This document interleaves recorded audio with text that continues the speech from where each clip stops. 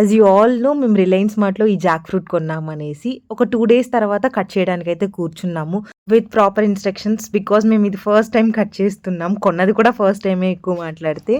తెలిసి తెలియని ఇన్‌స్ట్రక్షన్స్‌తో మా నీరజ్ బాబు కట్ చేయడం అయితే స్టార్ట్ చేశారు. యాక్చువల్‌గా నేను దీని ప్రైజే మెన్షన్ చేయలేదు. ఇది కేజీ వచ్చి ₹17-20 మధ్యలో ఉన్నింది. సో, 6 కేజీస్ అలా తీసుకున్నాము. సో, అరౌండ్ మాకు 120-130 రూపీస్‌కే వచ్చిందనమాట.